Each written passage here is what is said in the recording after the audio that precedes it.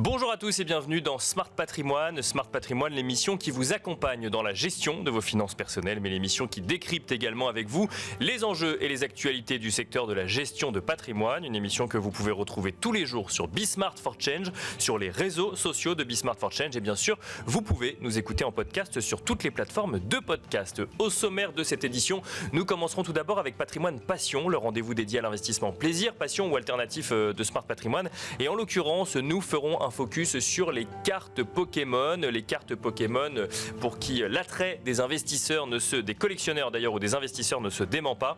Nous en parlerons dans un instant avec François Thierry, expert en cartes de collection chez Agut. Nous enchaînerons ensuite avec Enjeu Patrimoine, un enjeu patrimoine où nous reviendrons sur la loi de finances 2025 et notamment ce qu'elle change en matière de transmission et plus spécifiquement en matière de transmission pour l'acquisition d'un bien immobilier. Nous en parlerons avec Gwenola Devalet, notaire associée du service droit patrimonial de la famille chez Haussmann Notaire, mais aussi avec Géraldine Métifeux, associée gérante et conseil en gestion de patrimoine au sein du cabinet Alter Egal. Et puis enfin, dans la troisième partie de l'émission, nous aurons le plaisir de retrouver Sébastien Delattre, associé chez Ambre Patrimoine, avec qui nous ferons un focus sur le déficit foncier. On se retrouve tout de suite sur le plateau de Smart Patrimoine.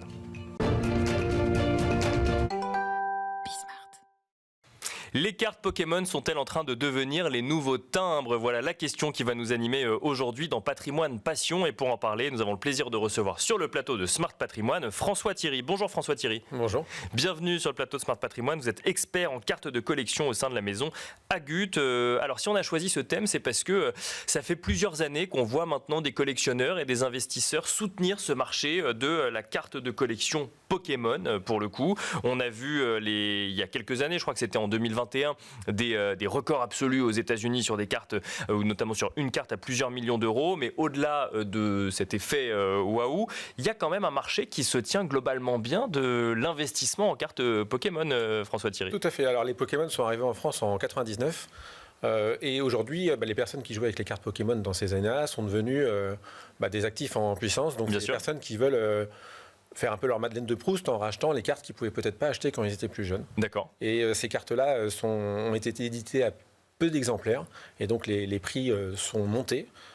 Et retrouver les anciennes cartes dans des états parfaits font parfois monter les prix de manière complètement extravagante. Et depuis le Covid, notamment, il y a eu une bulle Pokémon qui est un tout petit peu retombée 2-3 ans après. Et puis depuis, ça repart. On a énormément de collectionneurs, beaucoup d'investisseurs. Il y a eu beaucoup aussi de reprises dans les médias. Donc tout le monde s'est un petit peu penché sur le phénomène. Même le gouvernement s'est penché dessus pour la plus-value. Bien sûr. Et le Pokémon Company imprime les cartes avec parcimonie. D'accord. Et donc, même Pokémon Company s'est pris au jeu, effectivement, de l'investissement ou de l'attrait des collectionneurs. Exactement. Donc, selon les éditions, ils sortent des éditions tous les 3 mois. Et selon les éditions, ils tirent à plus ou moins d'exemplaires. Et parmi ces éditions, il y a quelques cartes rares qui sont tirées encore à moins d'exemplaires. Mais alors... Oui. Et donc, on a beaucoup de personnes qui se jettent sur ces nouvelles éditions. Il y a plus de demandes que d'offres. Mais alors, ce que vous nous dites, c'est deux phénomènes distincts. C'est-à-dire que, si je comprends bien, le marché a commencé à se créer parce que ceux qui jouaient avec les cartes Pokémon ont commencé à vouloir acheter, se refaire une collection, ou en tout cas acheter celles qu'ils ne pouvaient pas acheter quand ils étaient jeunes. Et donc, ça a commencé à lancer le marché. Et là, même la Pokémon Company se met à alimenter un marché d'investisseurs ou de collectionneurs, mais qui sont peut-être plus forcément ceux qui juste voulaient retrouver le jeu de leur enfance. Exactement. C'est-à-dire qu'au début, on n'a que les collectionneurs, et plus il y a de collectionneurs, plus ça fait venir ensuite les investisseurs. C'est un peu comme, pourquoi pas les timbres à une certaine époque, c'est-à-dire que tout le monde collectionnait les timbres, on a commencé à collectionner, et puis quand la communauté de collectionneurs est énorme, en fait, les valeurs individuelle des timbres monte. D'accord. Là, ça fait exactement la même chose avec les cartes Pokémon. C'est la même chose aussi avec d'autres licences que Pokémon. Ça peut être Magic ou ce genre de choses. Et en plus, c'est des cartes avec lesquelles on peut jouer. D'accord. Donc, il y a les joueurs, les collectionneurs, les investisseurs. Et ça n'est pas que les cartes Pokémon. C'est effectivement d'autres cartes de collection avec lesquelles on pouvait jouer dans la cour de récréation et qu'on retrouve aujourd'hui comme cartes de collection. C'est exactement ça. Ça peut être les cartes Magic, par exemple. Ça peut être Pokémon. Ça peut être Yu-Gi-Oh! Il y a beaucoup de tournois Yu-Gi-Oh! Actuellement, par exemple, à Paris, aujourd'hui, il y a 10 tournois Magic. D'accord. Mais est-ce que ça veut dire que les cartes prennent de la valeur pour les collectionneurs ou les investisseurs? Alors les cartes prennent de la valeur selon deux principes, c'est-à-dire que l'ancienneté et la qualité de conservation. D'accord. Mieux la carte est conservée, plus elle va être rare et difficile à acheter parce qu'elle va devenir très très très chère. D'accord. Par exemple, on a... Donc il vaut mieux ne jamais avoir joué avec la carte qu'on veut vendre. Exactement, c'est de l'avoir ouvert et directement l'avoir placé dans... D'accord, plastifié, gardé. Exactement, c'est le même principe que les pièces ou les timbres. D'accord. Et il y a des cartes qui peuvent vraiment valoir des milliers et des dizaines de milliers d'euros. Donc ça, c'était le premier critère. Donc vous avez dit effectivement rareté et qualité. Donc qualité, c'est bon, et rareté... Et la rareté, en fait, ça dépend plutôt de l'éditeur. C'est-à-dire que sur une même série, s'il y a 100 cartes qui sont imprimées à 400 000 exemplaires, il y aura peut-être 2 cartes parmi la série qui vont être imprimées à 5 000 exemplaires. Donc elles seront plus difficiles à trouver. Là, on parle de Pokémon, mais il y a d'autres compagnies comme Panini, par exemple, qui sont sur les cartes de sport, mais pas que. Et ils ont même un nouveau filon, c'est-à-dire qu'ils impriment en quantité limitée. C'est-à-dire qu'une carte de Mbappé, typiquement, ils vont avoir une carte avec un bord doré qui n'existe en un seul exemplaire. On va avoir la même carte avec un bord vert en 5 exemplaires, avec un bord bleu en 15 et ainsi de suite. Et la carte qui n'existe en un seul exemplaire, à sa sortie, peut déjà valoir des milliers d'euros. C'est ce que j'allais dire. Quel intérêt pour les éditeurs de cartes de créer la rareté, puisqu'ils ne sont pas du tout associés au marché secondaire, mais ils jouent quand même...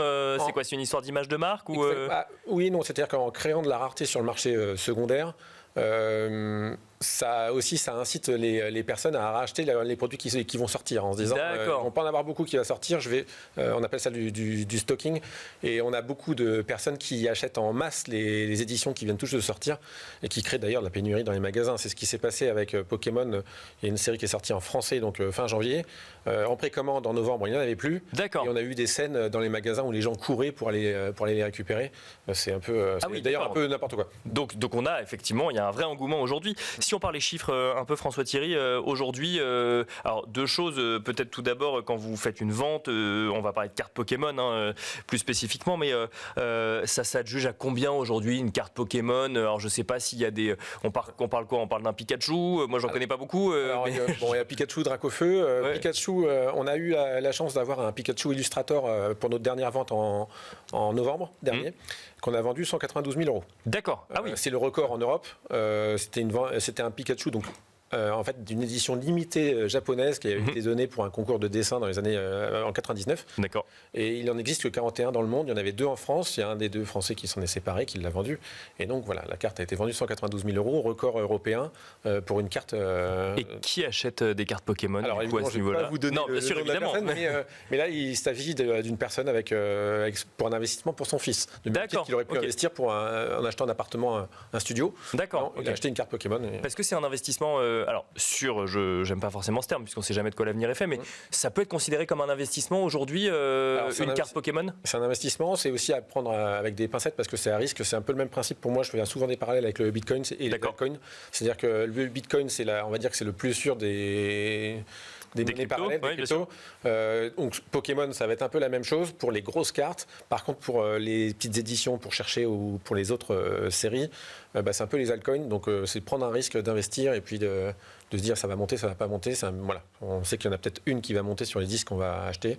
C'est un peu ce principe-là. D'une manière générale, de toute façon, pour investir dans Pokémon, il faut se renseigner avant. D'accord. Il y a des professionnels pour ça. Il faut aller en boutique, il faut s'adresser aux maisons de vente, à des experts, de manière à ne pas faire n'importe quoi, parce qu'on a vite fait aussi d'être mal conseillé, d'acheter des faux, parce qu'il y a énormément de faux. Il y a beaucoup de faux aujourd'hui. Il y a plus de faux en circulation que de vrais. Et comment on fait pour expertiser une carte Pokémon? Alors là, il y a beaucoup de choses. Il y a beaucoup de choses pour voir si c'est une vraie ou une fausse.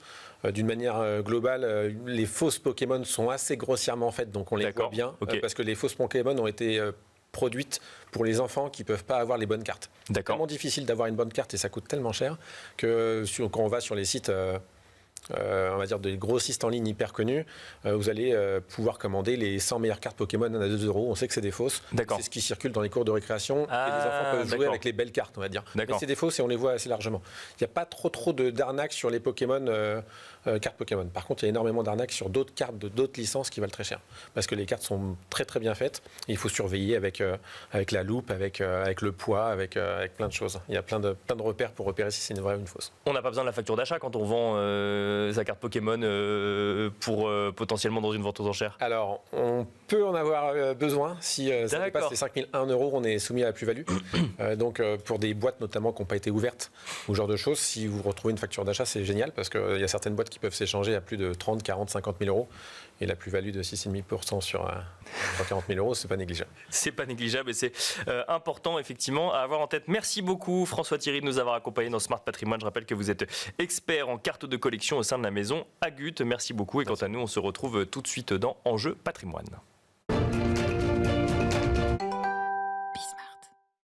Et nous enchaînons à présent avec Enjeu Patrimoine, un enjeu patrimoine consacré à la loi de finances 2025 et plus particulièrement à la disposition de la loi finances 2025 en matière de transmission à ses enfants ou à ses petits-enfants pour faciliter l'acquisition d'un bien immobilier. Mais nous explorerons également d'autres dispositions de la loi finances 2025 en lien avec ce qui peut avoir un impact sur votre stratégie patrimoniale. Pour en parler, nous avons le plaisir d'accueillir deux expertes du sujet sur le plateau de Smart Patrimoine. Nous sommes accompagnés tout d'abord par Géraldine Métifeux. Bonjour Géraldine Métifeux. Bonjour Nicolas. Bienvenue sur le plateau de Smart Patrimoine. Vous êtes associée gérante et conseil en gestion de patrimoine au sein du cabinet Alter Egal. Et à vos côtés, nous avons le plaisir d'accueillir également Gwenola Devalet. Bonjour Gwenola Devalet. Bonjour Nicolas. Bienvenue. Vous êtes notaire associé du service droit patrimonial de la famille au sein de Haussmann Notaire. On va commencer avec vous, Gwenola Devalet.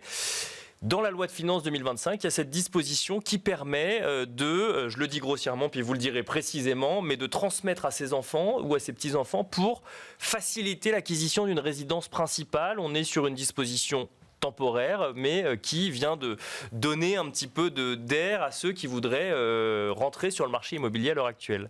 Effectivement, la loi de finances est venue introduire un nouveau dispositif. C'est une exonération temporaire, comme vous l'avez dit, jusqu'au 31 décembre 2026, qui s'inscrit dans un cadre familial. C'est-à-dire que des grands-parents des personnes vont pouvoir consentir à leurs enfants, petits-enfants ou arrière-petits-enfants, et à défaut d'une telle descendance à leurs neveux et nièces, une donation de sommes d'argent en pleine propriété.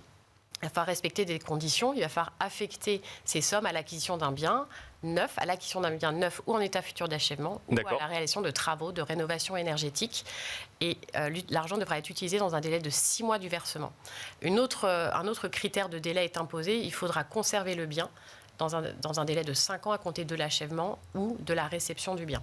Et on parle d'une résidence principale. On parle d'une résidence principale, acquise dans le neuf. Donc si je comprends bien, si les fonds doivent être utilisés, Géraldine Métifeux, 6 mois après que la donation ait eu lieu, en gros, il faut avoir trouvé son appartement et ensuite aller solliciter en fait, c'est un projet familial.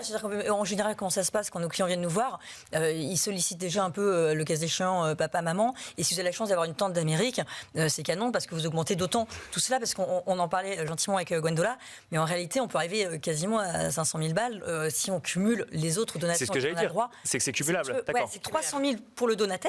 Donc sur cette partie-là de donation temporaire spécifique, mais il lui reste les autres possibilités, c'est-à-dire les 2 fois 100 000 par parent, plus les 2 fois 31 865. Voilà. 865, 65 865. 865. Ouais. Je ne pourrais pas qu'on se voit à 50 balles. Ce serait dommage pour un achat immobilier. Ouais, c'est ça. C'est que ça joue. Du coup, ça paye ce qu'on appelle les frais de notaire, mais qui ne sont pas les frais de notaire, j'ai bien compris. Mais les droits de mutation. On peut vite arriver quand même à plus d'1 million, voire 600 000. Si vous avez 400 000 balles de prêt, gardez le bien 5 ans. Qui est une des conditions que vous rappeliez, c'est pas hyper compliqué parce que ça peut être un bien familial et on peut enfin acheter à Paris avec les donations Bravo. Et ce qu'on n'a pas précisé, c'est que c'est une somme de 100 000 € par donateur à chaque donataire. Et dans ce dispositif, le donataire ne peut pas excéder la réception de 300 000 € qu'il affectera à cette acquisition. D'accord. Donc si on a 3... Je le dis, moi. Si, on vient de le dire. C'est pas grave. Non, mais ça veut dire concrètement qu'on peut donner 100 000 € à chaque enfant si on a 3 enfants, sinon, ou aux petits-enfants, mais sinon, on est obligé effectivement de réduire la part qu'on peut donner puisque ça ne peut pas excéder 300 000 €. Exactement. D'accord, très clair. Non, c'est pas, pardon, mais c'est 300 000 €, oui, par donataire. Oui. Donc en fait, c'est pas par oui, par donateur, pour ceux qui donnent, effectivement. C'est 300 000 max. Donc effectivement, si tu as des neveux, il ne faut pas que tu aies plus de 3 neveux et nièces. Quoi. Ouais. Ma question, c'est d'ailleurs plus pour vous, Gwenola Devalet. Pourquoi ça vient faciliter l'acquisition immobilière? Vous le voyez là, depuis quelques mois, il y a des projets qui étaient bloqués, qui se débloquent. On ne le voit pas encore, mais je pense que ça va s'inscrire, puisque du coup, c'est quand même très récent. Mais c'est vrai qu'on a des donations de sommes d'argent, on voit là un petit peu plus, ça se développe. Et en fait, souvent, ça se cale avec des projets qui étaient initiés avant, mais je pense que ça va venir, puisqu'on va les affecter, il va falloir les encadrer dans ce nouveau dispositif. Géraldine Métifeux, vous disiez on peut enfin acheter à Paris avec ce type de... C'est une donation qui est un peu plus utile que celle qui nous limitait, si on ne veut pas payer de droits. Ouais, bien À sûr. 200 000, ça élargit un peu le spectre des donataires. Donc à cet égard, c'est quand même, effectivement, à mon sens, beaucoup plus avantageux et c'est assez pertinent. Et quand on dit temporaire, ça fait quand même quasi 18 mois, donc ça reste correct. Après, nous, ça ne frémit pas encore de notre côté, mais comme le rappelait Gwendola, rapport au fait qu'on ait eu la loi de finances pour la Saint-Valentin plutôt que pour Noël, Bien sûr. ça ouais. nous a un peu décalé les ambitions de chacun. Mais si on couple ça avec des taux qui sont plus abordables pour les emprunteurs, ça peut potentiellement, effectivement, dégripper un peu le marché immobilier qui, depuis 22-23, était un peu plus, comment dirais-je, moins dynamique. Et puis ça vient élargir le champ des bénéficiaires, parce qu'avant c'était 100 000 euros pour caricaturer par parent, par enfant. Bien sûr. Un grand-parent pouvait transmettre à hauteur de 31 000 euros, 865, au profit par exemple de son petit-enfant. Et là, c'est vrai qu'on élargit le champ, parce que c'est enfant, petit-enfant, arrière-petits-enfants et les neveux et nièces, et on peut monter jusqu'à 300 000 euros par donataire. Donc c'est vrai que c'est un vrai levier de transmission de liquidités. Si on va au-delà de cette disposition de la loi de finances 2025, Gwenola Devalet, qu'est-ce qui vous a marqué, vous, dans cette loi finances 2025 en matière de gestion de patrimoine ou en matière de stratégie patrimoniale ? Stratégie patrimoniale, eh bien, je dirais que c'est pas vraiment de la stratégie, mais le prêt à taux zéro, ça c'est un élément important pour les primo-accédants. Et ça vient compléter ce qu'on vient de dire, si jamais les enfants sont primo-accédants. Exactement, et un dispositif qui est porté aussi jusqu'au 31 décembre 2027. Le champ est élargi, puisqu'avant on était conditionné par rapport à des zones territoriales appelées tendues ou non tendues en fonction de l'offre et de la demande. Aujourd'hui, il n'y a plus de distinction selon la localisation géographique de l'opération, et il n'y a pas de distinction selon le type de bien. Avant, c'était pour des bâtiments collectifs type appartement. Aujourd'hui, c'est étendu aussi aux constructions de maisons individuelles. Donc, il y a un vrai levier aussi à ce niveau-là. Donc, ça devrait fluidifier encore peut-être un petit peu l'acquisition immobilière sur 2025, voire 2026, si je comprends bien. Ça va ouvrir le champ des personnes éligibles à ce dispositif. Géraldine Métifeux, on a l'impression que le gouvernement met des voyants au vert pour que le marché immobilier reparte. Alors oui et non. Enfin oui, absolument. Je pense que sur le logement, c'est-à-dire la résidence principale, effectivement, on peut constater. Sur l'investissement locatif, beaucoup moins. Oui, c'est vrai. Le Malraux a été sensiblement réduit. Le Pinel a carrément disparu. Il nous reste le de Normandie, donc plutôt sur la partie rénovation. Donc on sent quand même que l'axe est donné sur la rénovation énergétique. Mais sur le neuf, un peu moins, puisque disparition du Pinel. Ça, c'est un premier point. Et puis, pour ceux qui ont eu le bon goût de louer en meublé, je pense, et qui avaient eu aussi une intelligence considérable d'amortir le bien pour ne pas payer d'impôt sur leurs revenus locatifs. Bien sûr. Il risque d'avoir quelques surprises, parce que désormais, bien ceux qui auront loué en meublé et qui auront amorti même un bout avant de mettre en vente leurs biens, devront réintégrer les amortissements. Ça veut dire quoi, réintégrer les amortissements ? Pour la faire courte, ce que vous avez déduit de vos revenus, finalement, ça va venir en déduction de schématiquement, vous allez peut-être me reprendre, mais schématiquement du prix d'acquisition. Or, la plus-value, c'est prix de cession, moins prix d'acquisition et un certain nombre de frais. Donc, plus le prix d'acquisition est faible, plus la plus-value de cession sera importante. Ça veut dire qu'on vient baisser la valeur d'acquisition en réintégrant les amortissements. Exactement. Et donc ça veut dire qu'on considère que vous l'avez acheté moins cher. Donc quand vous le revendez, la plus-value est plus importante. Ou alors vous attendez 30 ans. Ou alors, oui c'est ça, sinon il y a une durée de temps. Voilà, on a toujours l'abattement pour durée de détention de 22 ans pour la plus-value et de 30 ans pour les prélèvements sociaux, parce que ça aussi c'était assez intelligemment fait. Et là on parle pour les particuliers du fameux LMNP. Et oui. Loueur meublé non professionnel, effectivement, où on pouvait réintégrer les amortissements dans le calcul de la plus-value, et ce qu'on ne peut plus faire aujourd'hui. Non, aujourd'hui on les réintègre. C'est-à-dire qu'en fait, avant, on s'en fichait un peu d'avoir amorti. En fait, vous prenez vos prix, vos travaux, vos machins, etc. Et puis vous aviez les mêmes déductions que n'importe quel kidam qui vendait son bien. Désormais, on considère que comme vous avez déjà bénéficié d'un avantage fiscal, entre guillemets, on vous le retire au moment de la vente. Ce qui est plus logique, malgré tout. Ce qui n'est pas chouette, mais plus logique. Gwenola Devalet, c'est vrai qu'on a l'impression que dans cette loi de finances, on a plein de petites mesures, mais pas de grosses transformations. Est-ce que ça amène, sur les sujets immobiliers, des questionnements de la part des gens qui poussent la porte donc de Haussmann Notaire ? Alors j'imagine, généralement quand on vient voir un notaire, c'est qu'on a un projet assez abouti, mais quand même, est-ce que vous voyez un petit peu une évolution dans les interactions que vous pouvez avoir avec les gens qui viennent vous voir ? Oui, on a été beaucoup interrogés sur l'exonération temporaire des droits de mutation à titre gratuit au cours des dernières semaines. Là. D'accord. Donc je pense que ça c'est un autre sujet encore. Alors, on peut définir effectivement l'exonération. Donc redites-moi exactement le terme exact. Ah oui, alors ça c'est l'exonération des droits, les 300 000 euros là, par donataire. Ça c'est quand même un sujet assez récurrent. Les gens nous ont interrogés sur ça pour la partie transmission. Après pour les acquisitions immobilières, il y a eu beaucoup de questions aussi sur les droits de mutation. D'accord. Ce qu'on appelle les frais de notaire. À tort appelés les frais de notaire, qui comportent une partie, ce qu'on appelle les droits de mutation à titre onéreux, et qui comprennent dans cette partie-là la taxe de publicité foncière. La loi de finances a permis aux départements de venir moduler cette taxe et notamment de l'augmenter. Bien sûr. Et ça a appelé beaucoup de questions. Exemple, une jeune personne qui achète un appartement qui vaut 300 000 euros, ça va faire 1 500 euros de frais supplémentaires. Donc c'est progressif. C'était possible, pas obligatoire, mais beaucoup se sont saisis de la possibilité. Voilà, Paris, par exemple, s'est saisi de la possibilité, à compter du 1er avril, il y aura une augmentation des taxes. Donc là, on a été aussi beaucoup interrogés sur ce sujet-là. D'accord. Voilà. Et par contre, dans cette vague un petit peu on fait attention aux primo-accédants, eux ne peuvent pas subir cette augmentation des frais. D'accord. À mesure où c'est l'acquisition de leur première résidence, leur première propriété, si c'est leur résidence principale, et qu'ils devront conserver pendant 5 ans. Donc on reste effectivement sur les mêmes critères effectivement que effectivement l'exonération des droits de donation. Et là aussi, cette exonération pour les primo-accédants, elle est limitée dans le temps, elle est temporaire ou ça n'a pas été précisé? Elle n'a pas été précisée, mais par contre, c'est pour pour les opérations du 1er avril 2025 au 31 mars 2028. D'accord. Cette modulation, je ne sais pas ce qui deviendra après de cette taxe de publicité foncière. À suivre, effectivement.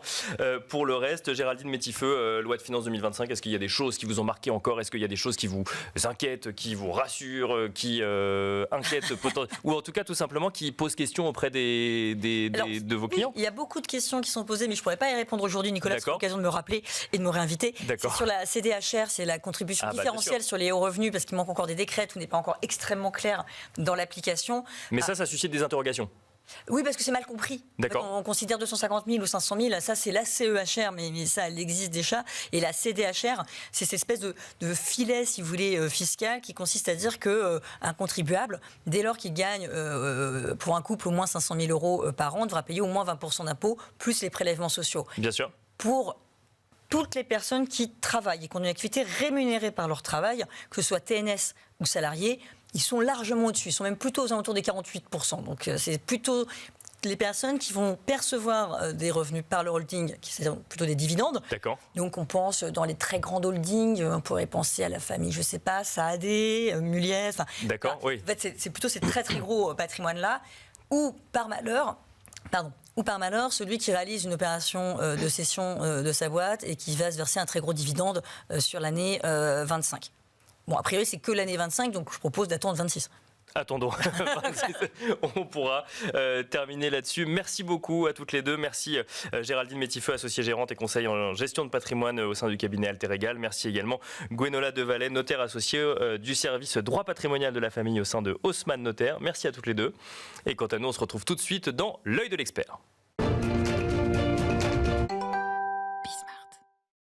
Et nous finissons cette émission avec l'œil de l'expert, un œil de l'expert consacré au déficit foncier. Pour en parler, nous avons le plaisir de recevoir sur le plateau de Smart Patrimoine Sébastien Delattre. Bonjour Sébastien Delattre. Bonjour Nicolas. Bienvenue sur le plateau de Smart Patrimoine. Vous êtes associé chez Ambre Patrimoine. Alors, dans le cadre de ce focus sur le déficit foncier, est-ce que vous pouvez nous expliquer, nous rappeler ce qu'est le déficit foncier? Alors, pour dire les choses simplement, un déficit foncier, c'est quand on réalise une opération d'investissement immobilier en location nue et qu'on va avoir plus de charges que de revenus. D'accord. La plupart du temps, ça sera lié à des travaux à réaliser sur cet investissement. Des travaux réalisés donc sur un investissement. On parle d'investissement dans le but de louer ensuite le bien immobilier. Uniquement en locatif. Comment ça fonctionne concrètement, Sébastien Delattre? Concrètement, comme tout investissement immobilier en location nue, on va remplir notre déclaration de revenus fonciers, la 2044, l'ensemble des revenus, des charges. On se retrouve avec plus de charges que de revenus. Donc, nos premiers travaux, puisque c'est le cas majoritairement, vont gommer les revenus de cette location-là. D'accord. Puis ensuite, ça va gommer tous les autres revenus fonciers de la 2044, donc des autres biens. D'accord. Si on a encore plus de déficit foncier, ils vont s'imputer jusqu'à 10 700 € sur le revenu brut global. Et s'il y en a encore, au-delà de 10 700 €, c'est mis en report pour une durée maximale de 10 ans pour se déduire des futurs revenus fonciers positifs. Donc il vaut mieux, quand on fait de l'investissement immobilier et qu'on a plusieurs biens, acheter un bien qu'on rénove intégralement, et là ça permet de faire du déficit foncier, si je comprends bien. Tout à fait. Concrètement, est-ce que vous avez un exemple pour qu'on comprenne un petit peu ce que ça peut avoir comme impact quand on fait un investissement immobilier ? Oui. Prenons un exemple tout simple. On prend un investisseur contribuable, il est dans la tranche maximale d'imposition, donc 45%, et il paye en plus 17,2 de prélèvements sociaux, donc une pression fiscale de 62,2% en tout sur ses revenus fonciers. Pour réduire cette pression fiscale, il décide d'acheter un appartement, 300 000 euros, mais d'un appartement qui est dans un programme dédié au déficit foncier. Donc dans ces 300 000 euros, il y a beaucoup de travaux. Ça peut monter jusqu'aux 3/4, voire même à 90% de travaux. Donc là, mettons qu'il est les 3/4 de travaux éligibles, donc 225 000 euros de travaux, qui vont créer un déficit foncier sur lequel il va économiser ses impôts, ses prélèvements sociaux. Au final, quand on fait les calculs, en tenant compte du détail, de la CSG déductible, de toutes ces choses-là, on va arriver à plus de 127 000 euros d'économie d'impôts, soit plus de 42% de son investissement. Et qu'on peut ensuite reporter sur les autres investissements ou les autres revenus fonciers que cet investisseur réalise. 225 000 qui vont se déduire des revenus, ce qui fait 127 000 d'économie d'impôt. 42%, c'est 2 fois plus que le Pinel à son apogée en 2022, qui était qu'à 21% par rapport à ces 42-là. Parlez-moi du doublement du plafond imputable sur le revenu global, Sébastien Delattre. Comment on le gère d'un point de vue patrimonial ? Alors, 2 choses. Donc, déjà, un petit rappel, qu'est-ce que c'est ? En 2023, pour les travaux d'économie d'énergie, pour lutter contre les passoires thermiques, pour les biens qui sont en location, on a un doublement, une espèce d'aide du plafond déductible du revenu brut global, qui passe donc de 10 700 euros, comme on le disait tout à l'heure, à 21 400. Mais attention, ce n'est pas forcément intéressant pour tout le monde, puisque ce revenu-là s'impute sur le revenu global. Donc on n'économise que son taux marginal d'imposition. D'accord. Alors que si on n'en avait pas bénéficié, il serait reportable, se déduirait des revenus fonciers sur lesquels on économiserait le taux marginal d'imposition plus les prélèvements sociaux. Donc ce n'est pas intéressant pour tout le monde. Une question piège ou une colle, je ne sais pas, si jamais j'ai acheté ma résidence principale, que j'ai fait beaucoup de travaux et que dans 5, 6, 7 ans je la mets en location, je peux bénéficier du déficit foncier ou comme j'ai changé d'usage, ça ne fonctionne pas ? Non, ça ne fonctionnera pas, ça sera les travaux une fois que le changement d'usage est fait. D'accord, une fois que... Voilà. Donc on reste vraiment dans un investissement et pas dans l'acquisition d'une résidence principale qui ensuite pourrait être mise en location. Que retenir finalement du déficit foncier dans une stratégie d'investissement, Sébastien Delattre ? Alors en conclusion, s'il y avait 3 choses à dire, c'est, comme on vient de le prouver par les chiffres, c'est une opération qui fiscalement peut être très intéressante. Deuxièmement, plus on a un taux marginal d'imposition élevé et des revenus fonciers existants, plus c'est intéressant. Et la dernière chose, il ne faut pas oublier malgré tout qu'avant d'être une opération permettant de réduire sa fiscalité, c'est un investissement immobilier. Et donc, il faut faire attention à tout ce qui va avec, puisqu'il n'y a pas de sécurité sur la valorisation, sur les revenus. Et on peut peut-être insister là-dessus aussi. Effectivement, quand il y a des programmes de déficit foncier, il ne faut pas regarder que le gain fiscal, mais aussi peut-être le bien immobilier qu'on achète, puisqu'ensuite, on va se retrouver propriétaire du bien immobilier sur le long terme. Tout à fait, on va rester avec. Et sur un investissement immobilier, on dit toujours ce qui compte, c'est l'emplacement. L'emplacement, c'est pas tout à fait exact, c'est combien je l'achète par rapport à l'emplacement. Merci beaucoup Sébastien Delattre de nous avoir accompagnés dans Smart Patrimoine. Je rappelle que vous êtes associé chez Ambre Patrimoine. Merci beaucoup. Merci Nicolas. Merci à vous également de nous avoir suivis donc dans Smart Patrimoine et je vous dis à très bientôt sur Be Smart for Change.